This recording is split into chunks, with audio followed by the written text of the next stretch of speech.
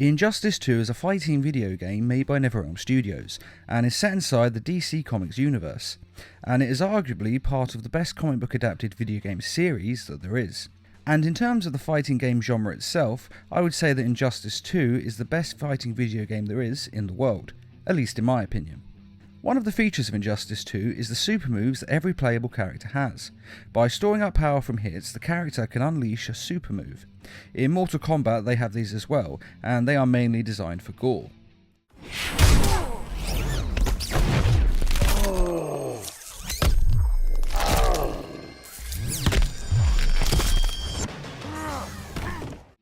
But in the Injustice video games, these super moves are not for gore, they are instead a quick scene that is itself a little insight into the character's life and world in both DC Comics and other media.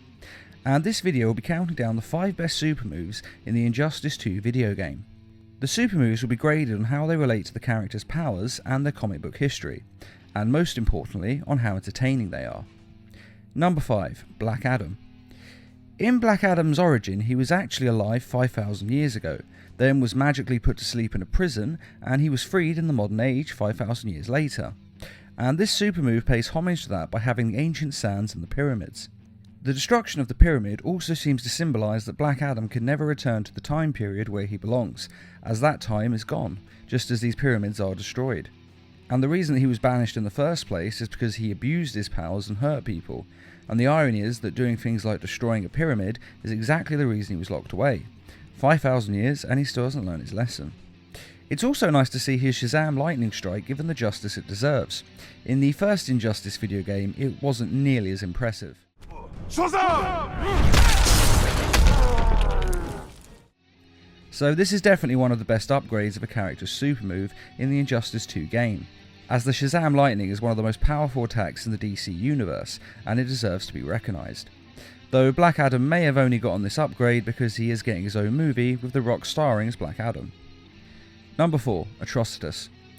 Atrocitus is rage incarnate. His ring is fueled by hatred, and him beating you to death while quoting his ring's oath is a dramatic way of showing this. And it is just beautiful to watch. Together with our hellish hate, we'll burn you all! That is your fate!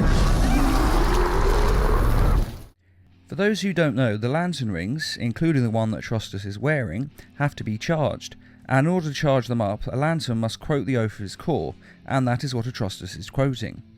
The full Red Lantern core oath is, "With blood and rage of crimson red, we fill men's souls with darkest dread, and twist your minds to pain and hate. We'll burn you all. That is your fate." The point of the oath is to basically be a password that each lantern can use to access the core and download the power into his ring. This oath was originally written by Atrocitus, and it's good to see that he's prepared to put his money where his mouth is. And the red ball that attacks is the avatar of the Red Lantern of Rage. Each of the lantern cores is powered by a different emotion, and each has a lantern entity, a being which is the pure form of the emotion of each of the lantern cores. Meaning this bull is made entirely out of rage, and only Atrocitus has ever been able to control it. So having him summon it to do his bidding is a great reference to the comics and to his powers, and really gets across that this guy is the master of rage. Number 3. The Flash. The Flash is all about speed, and this super move respects that. In the first video game, he ran around the world to build momentum to attack his opponent, which seems to be a great reference not only to how fast he is, but it's a little link to his around the world races that he constantly has with Superman. But in the next video game, Injustice 2, they had to one-up this and make him faster, so they have the Flash run so fast that he runs through time to several different time periods. This is a great reference to his time-travelling abilities, and possibly a subtle tip of the hat to the Flashpoint story, in which the Flash changes history, which is arguably the Flash's most famous story, and one that also created the New 52 universe, and is actually the comic that's being adapted for the live-action movie of the Flash with Ezra Miller. The Flash running circles around his opponent is great as well. The move is just meant to disorientate the opponent, I know, but it must also be referencing the expression, "he's running circles around you," which the Flash can literally do in less than a second with his speed. Though the actual idea of this super speed move is apparently to siphon oxygen from the middle of the tornado they create, and thus weaken the opponent, as shown in Young Justice. Trying to suck away my oxygen? I hardly touch the stuff. And having the Flash run forward in time to the present, but a few seconds before he left, so that he can slam his opponent into their own past body, is a nice touch. It's a paradox and makes no real sense since this isn't how it happened the first time round, but time travel never really makes any sense anyway, and it looks so good we can easily forgive it. Number 2, Harley Quinn. Harley Quinn's super move is surprisingly good considering her first super move in Injustice Gods Among Us was kind of terrible. It was just her using an exploding cake, not exactly the stuff of legends. So it's amazing to see how a character's super move in the first game was one of the worst, and her super move in the next game is one of the best. This was possibly due to the fact that Harley Quinn's popularity has skyrocketed in recent years. The hyenas were of course her pets on the TV show Batman the Animated Series, and as most of you probably know, the Harley Quinn character was not created in the comics, but on the TV series Batman the Animated Series. So her super move relates to how she is in the show, as it is her true source material. And it captures her spirit as well, her pet hyenas, her love for them, and switching the camera to a first person perspective, especially with the hyena's saliva on the camera lens, is a work of genius. It looks awesome and it puts the player in the character's position so well, because what would you do if 2 hyenas attacked you? Well, most likely you'd fall over and flail widely like the character does, so it really immerses the player in the moment. And she then uses the baseball bat from the Suicide Squad film. This version of her character has gotten so popular that it's become iconic for cosplayers. And it's a genius idea to finish the super move with the bat, as it's the latest thing at the moment to be added to the Harley Quinn mythos. And in the games, Harley Quinn's look is more like the Suicide Squad films, but the old costume from the Batman TV series is available to wear in the game as a different skin.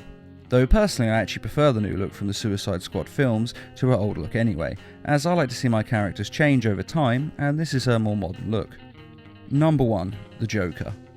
The Joker's super move is simply perfect. It features the crowbar, the one that was used to beat the second Robin Jason Todd in the comics and in the movie Batman Under the Red Hood. And this is a reference to one of the worst things the Joker has done, if not the worst thing that the Joker has done, to hurt Batman.